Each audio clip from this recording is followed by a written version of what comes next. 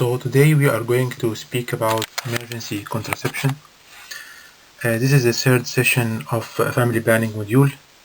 Emergency contraception is a very important topic because really a lot of women can come to you having unprotected sexual intercourse and asking for an advice how to prevent the pregnancy. And if you don't give her the right advice, she will end up pregnant and may come again in termination clinic or abortion clinic asking for termination of pregnancy. So actually, by understanding this important topic and providing her with the right advice, you will save her a lot after that. So let's start with a bit of introduction. This introduction actually is about the fertility period and when to expect pregnancy after unprotected sexual intercourse. Understanding of this introduction is very important because it will help you to decide which type of emergency contraception you will provide the woman depending on the time of her fertility. As you know that the woman fertility is considered to be 6 days. These 6 days are ending with the day of ovulation.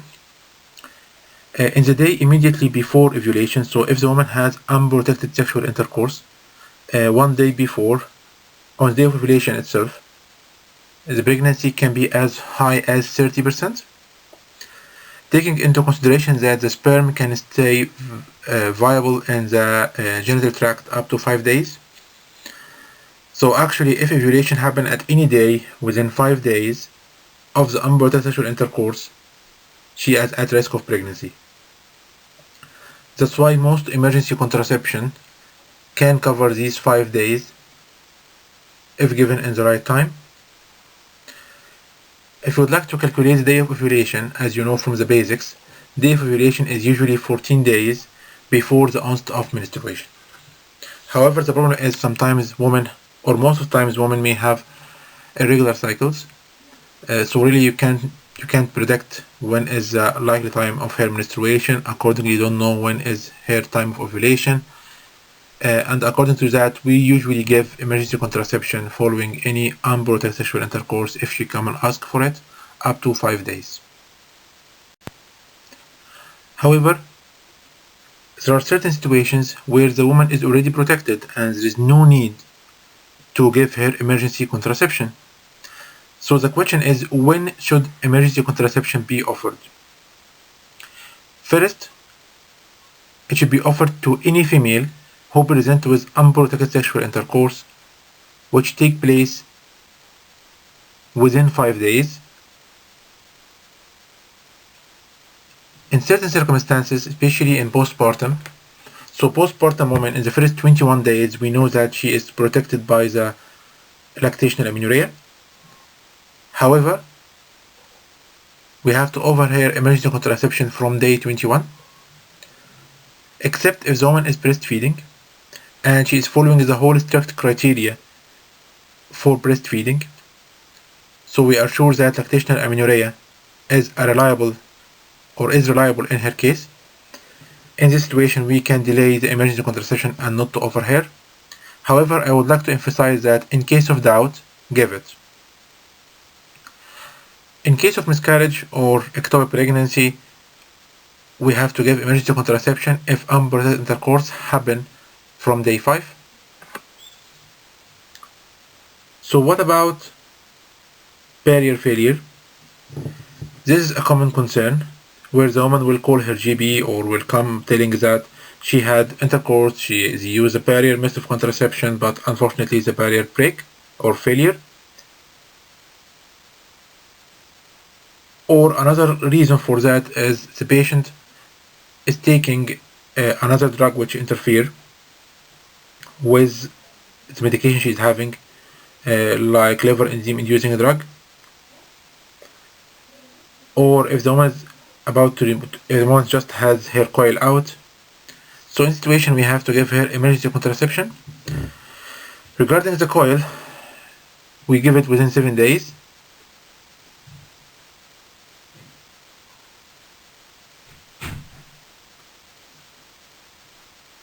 If she is using liver enzyme inducing drug and she is taking combined pills, for example, which is affect which are affected by the liver enzyme inducing drugs.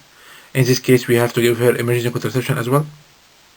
Or in case of missed pill, as we discussed before, depending on the time in her cycle she missed her pill, first week, second week, or third week, she may need emergency contraception. Or in case of the Mirena coil or the implant exceed its duration. So as you know that the implant is for 3 years. So in case of prolonged use for more than 3 years and she doesn't remember or doesn't understand and have unprotected intercourse, she will need emergency contraception. Same thing with Mirena coil. So we have 3 main types of emergency contraception. We have the copper coil, we have the levonorgestrel, we have the olipristal acetate. They are all effective, but there are some differences between them which will affect which method to choose. So if we start with the copper coil is the most effective method. Copper coil is the first recommended method for all women who has unprotected intercourse. Copper coil can be given up to 5 days of unprotected sexual intercourse. Copper coil has another benefit, is it's a long-lasting contraception. So you give it as an emergency contraception, but actually she can stay with it without any problem. And as you are aware, the copper coil has its own mechanism of action, which is different from the hormonal, as it acts as a mechanical effect, plus the inflammatory reaction which happens because of the coil. So these two factors prevent implantation, and that's why we can give it up to 5 days safely, and that's why it's highly effective. So what about oral contraception? Oral contraception, mainly levonorgestrel.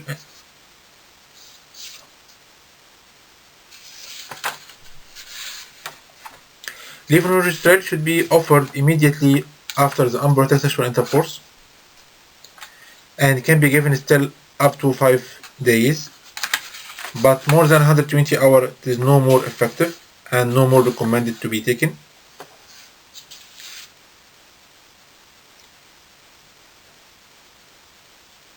It is usually given as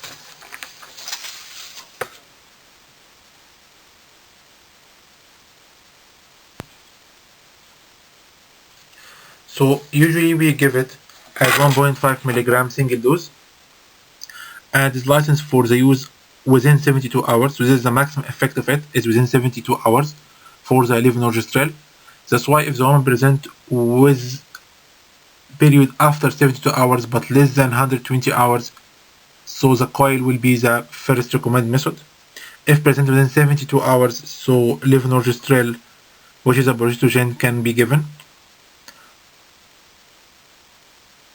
The olipristal acetate is given as 30 milligram single oral dose, and it can be given up to 120 hours.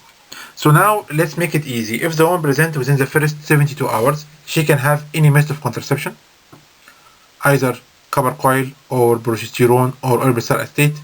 If within 72 to 120 hours, so you are limited now between copper coil and olipristal acetate. So this is the first how to differentiate between the three based on the duration since the unprotected sexual intercourse. There are other differences which we are going to speak within the session, but this is the first difference which we need to be aware, is the timing since the unprotected sexual intercourse. When a woman presents to your clinic asking for emergency contraception, you need to take into consideration some factors. We start with the first one, which is the duration since the unprotected sexual intercourse, and we discuss the difference between them. But we have to counsel the woman, and we have to understand her fertility options, and we have to understand her medical history and what she's taking. For example, olipristal acetate may interfere with progesterone only contraception. Does the woman want to have an ongoing contraception, or it was a one-off? The woman taking drugs, especially the anti-epileptic drugs, as you know that the anti-epileptic drugs are liver-inducing, so these liver-enzyme-inducing drugs will affect the concentration of emergency contraception, which may lead to the levonorgestrel may not be effective, or you may need to increase the dose. So it's very important to take a proper history taking and provide a proper counseling before giving the woman the method of emergency contraception. So if we go for the first, if the woman is already taking a progesterone only contraception, and it's very common, as you are aware that progesterone only pills are effective as long as they are being taken, and if they are missed, there is a window phase of 3 hours for the routine progesterone only pills or 12 hours for Cerazette. So if the woman missed the pill and has unprotected sexual intercourse and she's asking for emergency contraception, you have to be aware that the oliprostol acetate theoretically can be reduced. So it may not be a possible method, but again I have to emphasize that it's theoretically risk because we know that oliprostol acetate interfere with the metabolism of progestogen.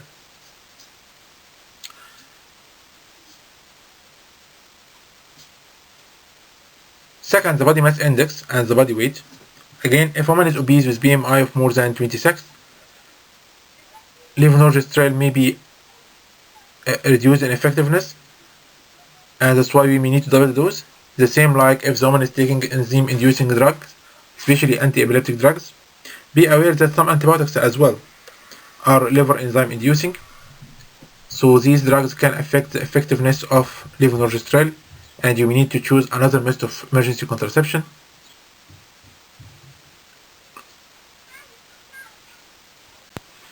So what is oliprostol acetate? Oliprostol acetate is a selective progesterone receptor modulator.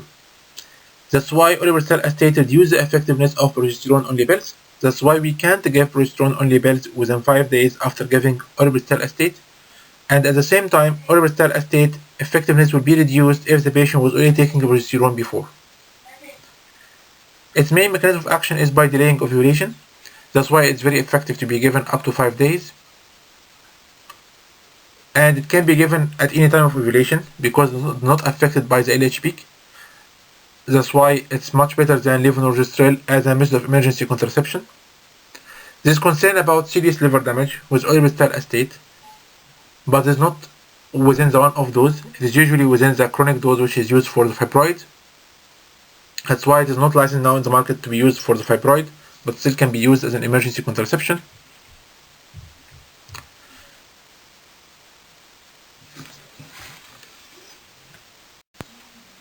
We give it as 1 tablet orally as soon as possible.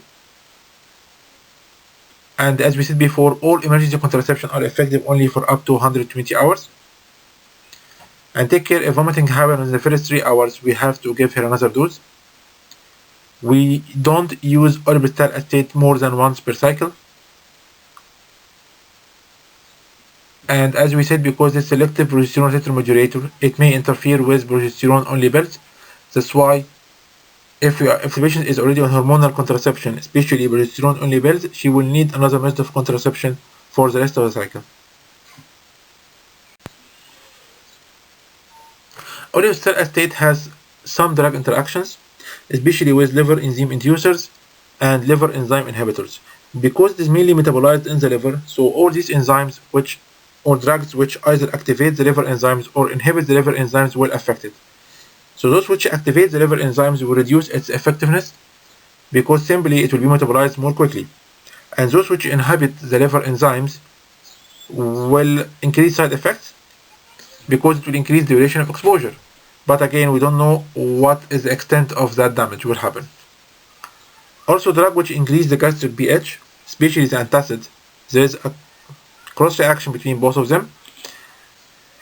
As we find that if we use oliprostol acetate with antacids or proton pump inhibitors or H2 antagonists or any drugs which increase the gastric pH, it may reduce the absorption of oliprostol acetate and decrease the effectiveness at the end.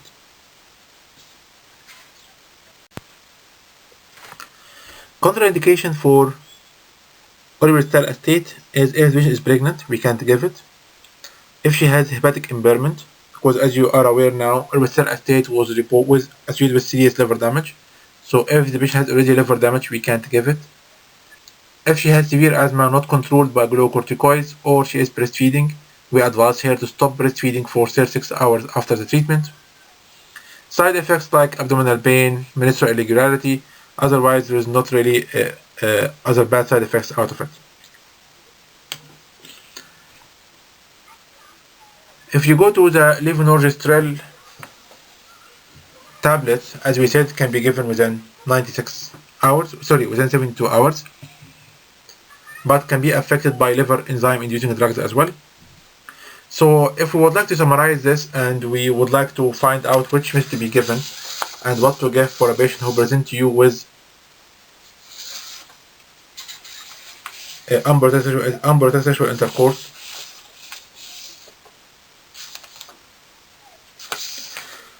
over the last 5 days.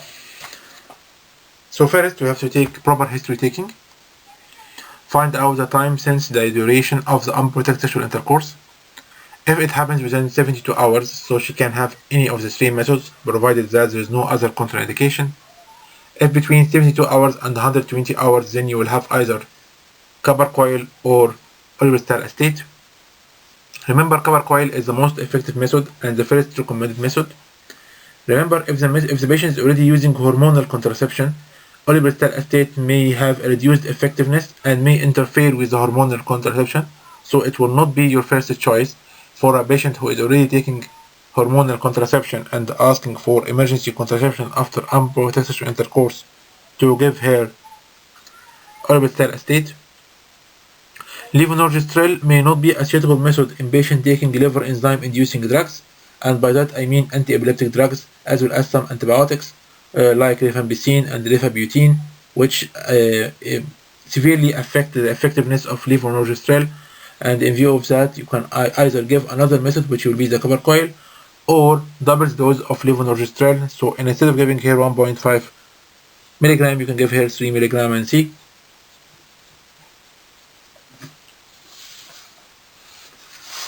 Body mass index of the patient is very important. So if the patient is obese, this will reduce the effectiveness of levonorgestrel, and you may need to double dose.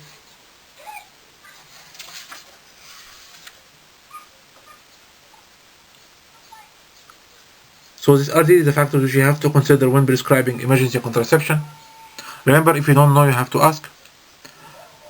If the patient presents to you within 5 days, is your golden opportunity to prevent the consequences of termination of pregnancy. After that, which is consequences with mental and social health issues, with mental health issues and social effects. Thank you for today. Hope I will be able to see you soon. Thanks.